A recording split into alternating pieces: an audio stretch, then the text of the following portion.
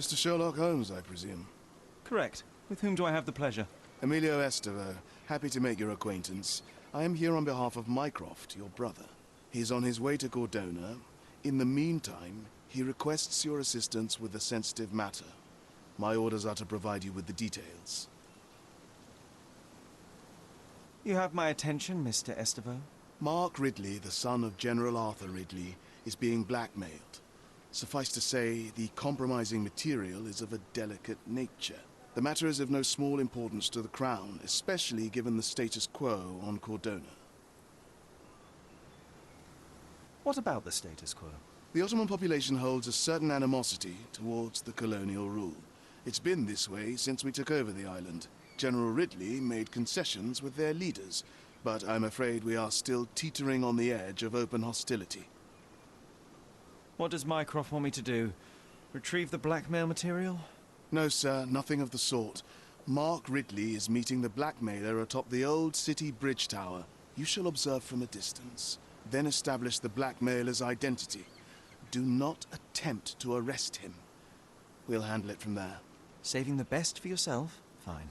There is a cafe just over the bridge that provides a good vantage point. Please report to me when you are done. I'll be waiting for you here, and remember, discretion is of the essence.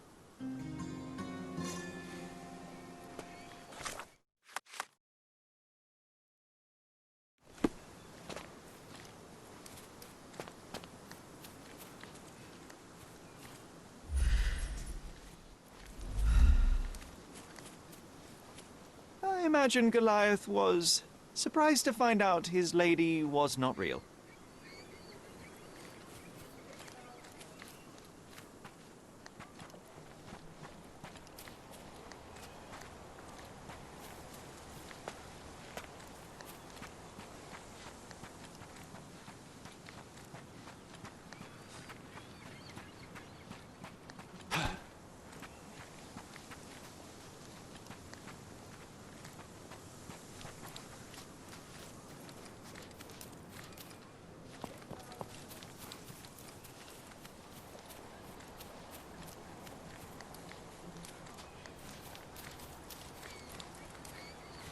Hey, is anybody at home?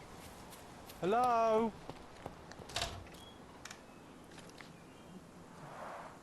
What a bizarre object, and yet oddly familiar.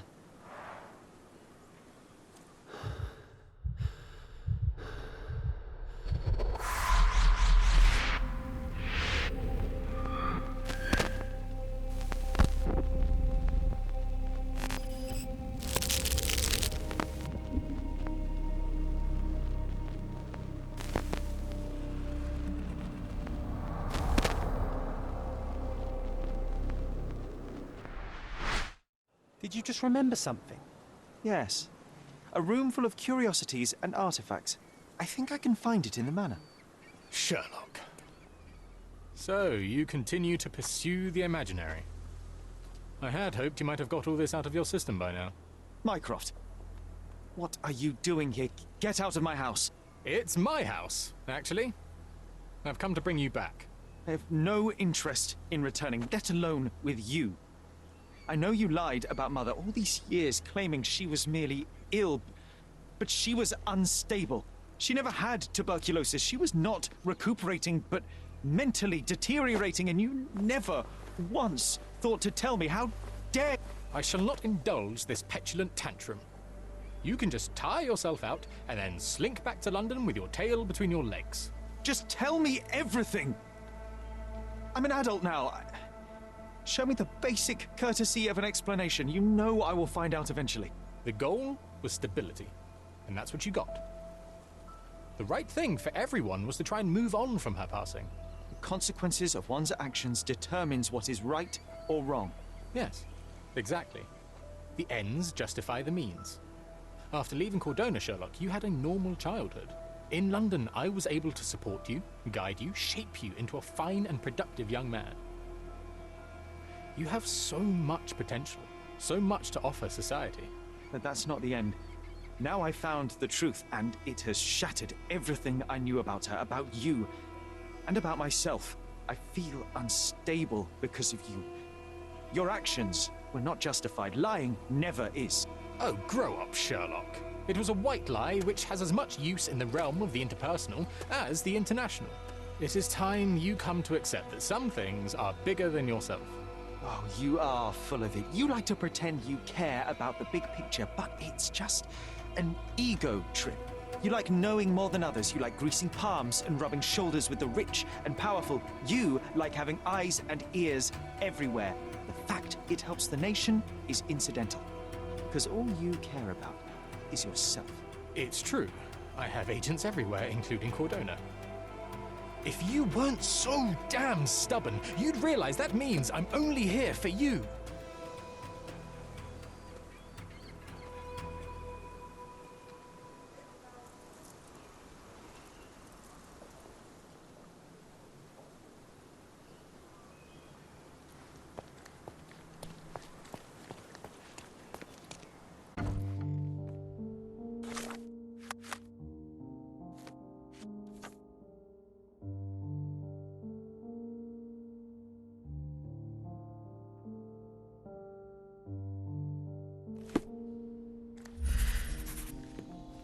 Well done, Sherry. The hall now looks much... I as remember it did in returning my home youth. with a pair of perfect Brings back sticks. fond We memories. wanted to turn them into training swords. Oh, that's right. We stood there, frozen, staring at something huge in the main hall.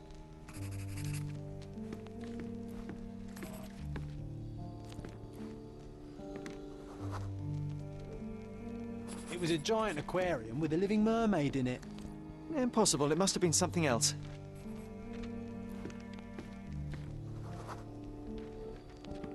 Oh, of course, that mortifying hoax presently taking up space in our front yard. Well, fine. Your memory's better than mine. But I'm sure we started examining it immediately. And someone else was around too.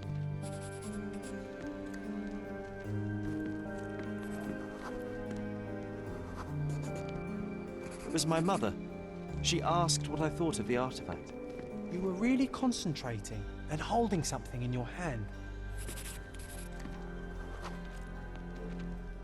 I inspected it with a magnifying glass and was able to confirm it was made of two different skeletons.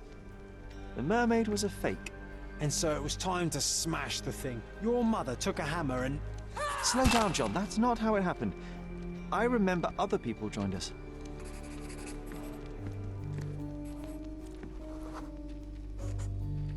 The workers took the artifact and placed it into the cabinet of curiosities. It became part of Mother's collection of fakes.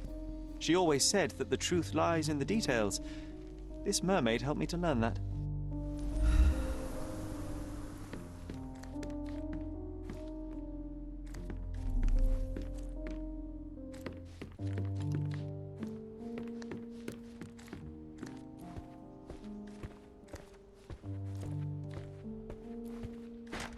Another one. There must be something important behind it. I can feel it.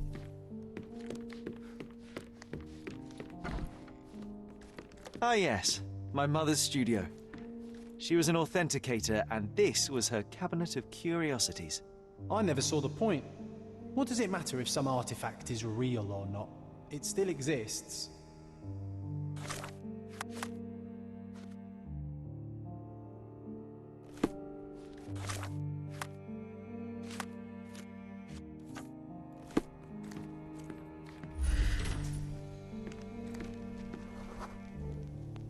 I remember this cozy blanket. It was perfect for... Wigwam! Oh, that was a joy to build them. Imagining ourselves as wayfarers on the other side of the world.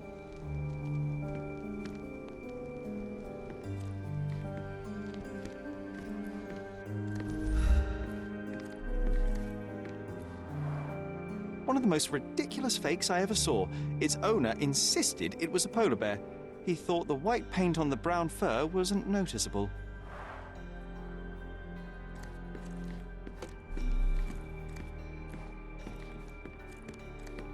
It's a pity how many amazing things are missing from this room.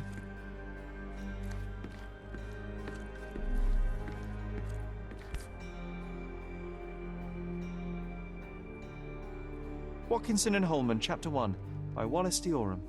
Oh, Mycroft. He always acts so serious, but then reads tripe like this. John, if I remember correctly, you couldn't put this book down.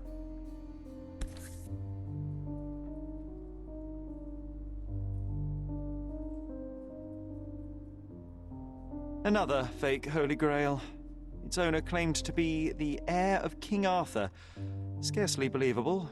He also insisted a deadly rabbit was hunting him.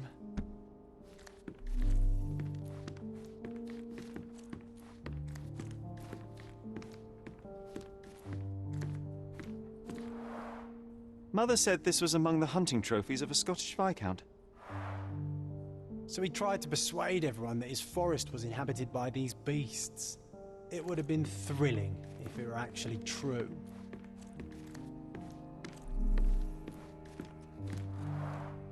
The full plate armour of Sir Robert Saunford.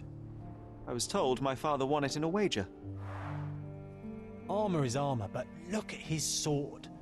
Oh, how badly I wanted to wield the blade.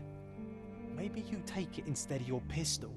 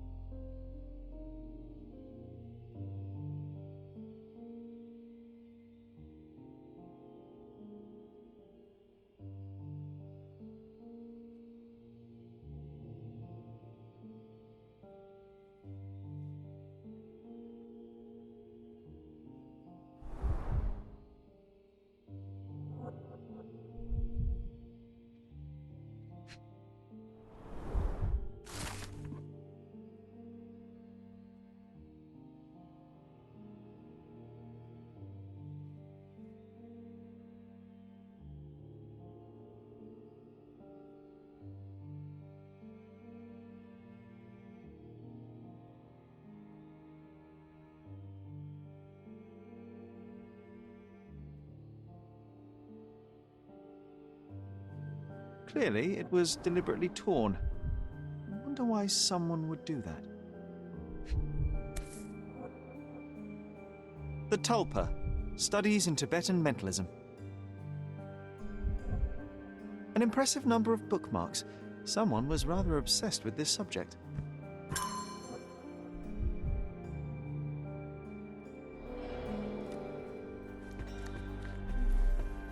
And this one was brought from a German museum. They claimed it belonged to Vikings.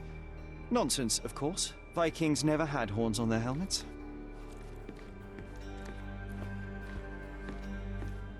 The so-called mummy of a Persian princess. The defrauders did good work, but missed one small detail. It's the mummy of a man.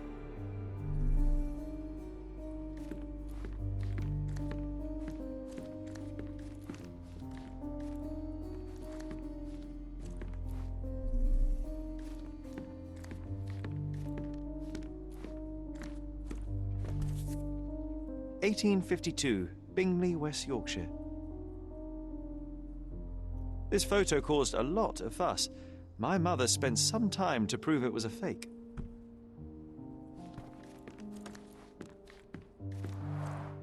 Look, it's Roger. This jolly old man's well preserved. Even looks refreshed. I doubt he drew much interest at the auction. That's for the best. I'd be upset if he fell into the wrong hands.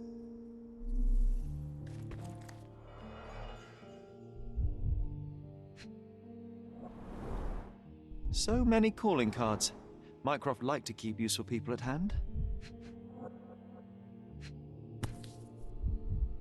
Reliable and driven. I recognize Mycroft's handwriting. Officer Luciano J. Placido.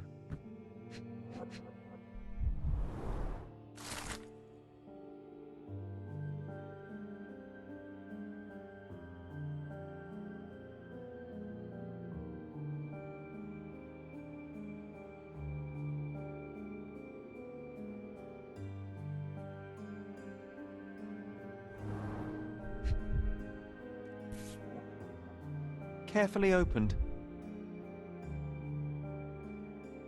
Dated 24th of April, 1869.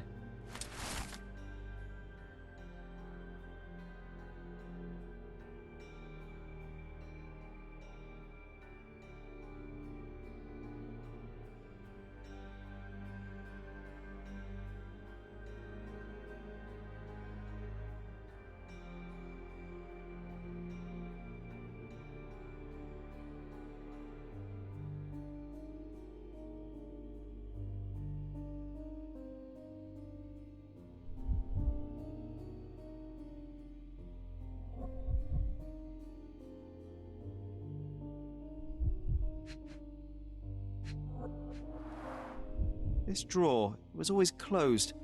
Only Mycroft knew how to open it. I remember we tried to break it open and spy on him, but alas, had no success. Maybe today's the day. Oh, Sherry. I'm starting to remember something.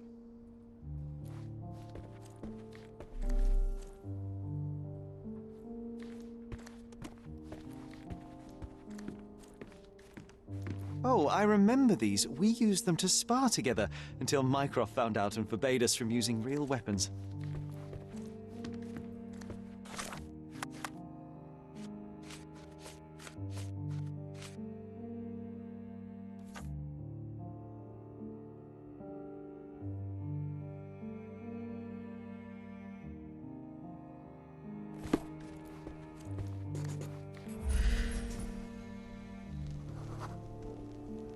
Ah, the memory comes back.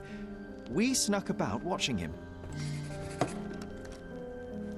He closed the drawer and went to the hall. We were like two shadows crawling behind him.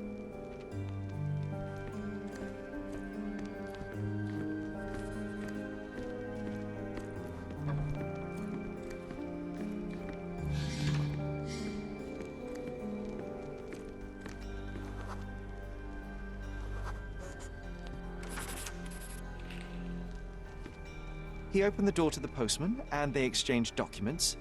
If it was a real postman, of course.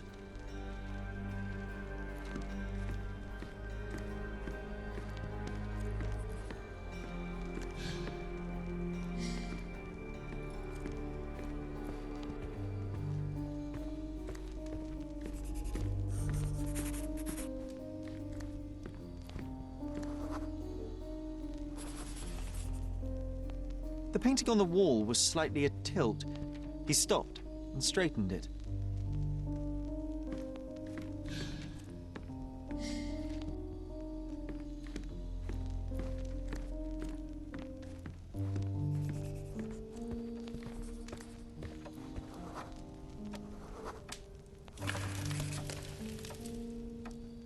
Then he threw some logs into the fire and sat in his armchair to read. It's as boring now as it was then. I'm sorry, Sherry, but I think that's it. Wait, John, we never use the fireplace in the mornings. What if... Almost as good as mine.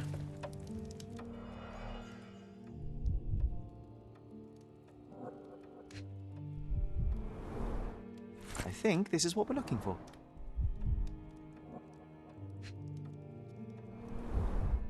A bit of juniper in the fireplace created a soothing atmosphere. It's the little things, isn't it?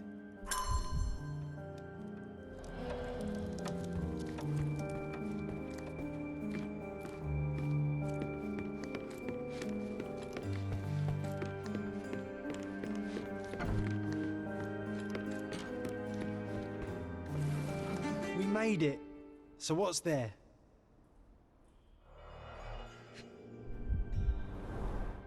Dossiers on the most influential people on Cordona. Mycroft always had a habit of building files on everyone he met.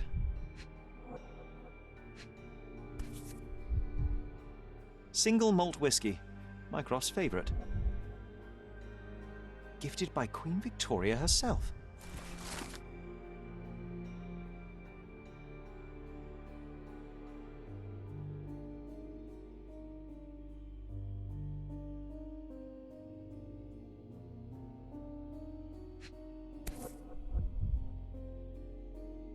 Otto Richter.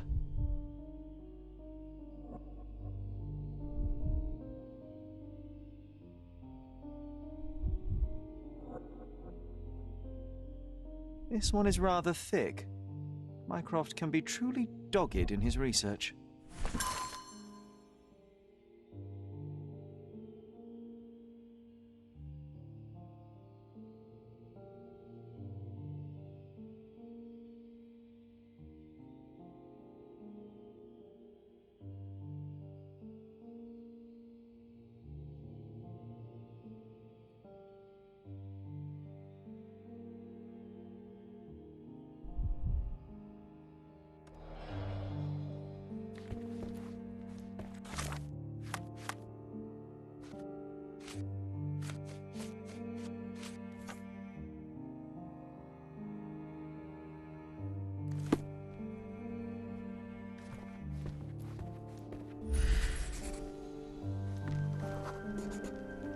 I used this ladder to look at the top shelf, right? On the day of Mother's breakdown upstairs. Right you are, Sherry.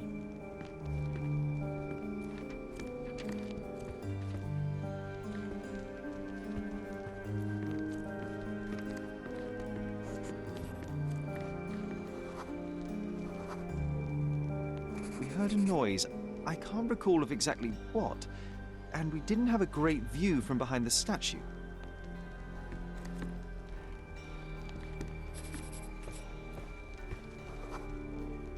The books and papers from the table somehow ended up on the floor.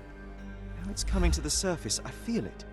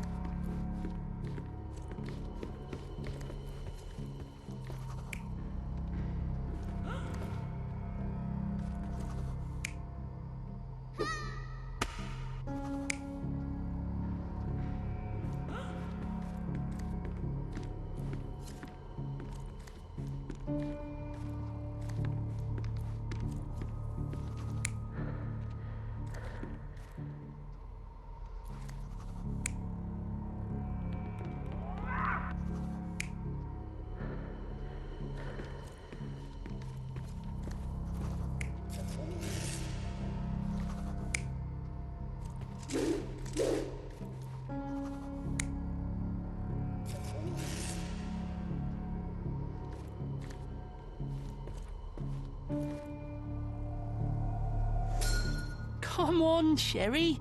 Let's go outside. Wait. Did you hear that? Come here, Sherry.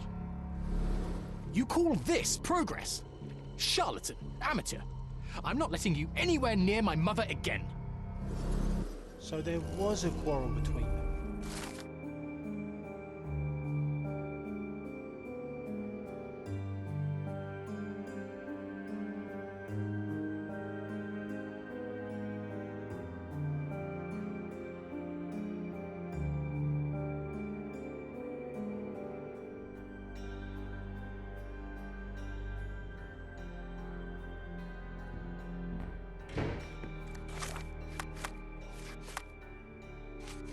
I heard a noise in the hall.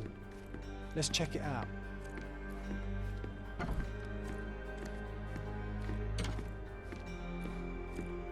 Sherry, look! We've got a parcel here. Hurry up and let's see what's inside.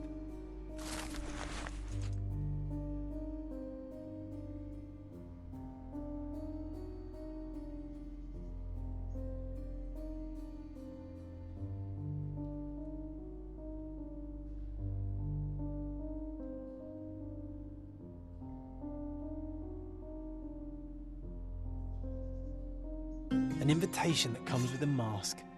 We can't miss this, Sherry.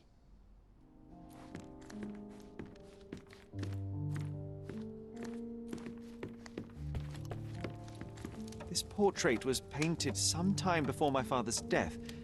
I would guess it's the only depiction of him that remains.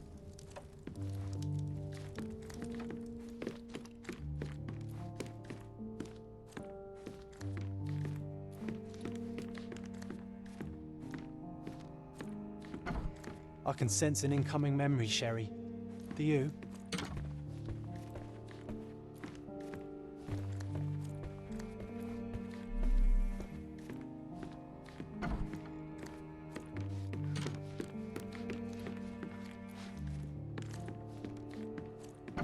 Oh, the room looks nice now. It's comforting to see the way it was meant to be.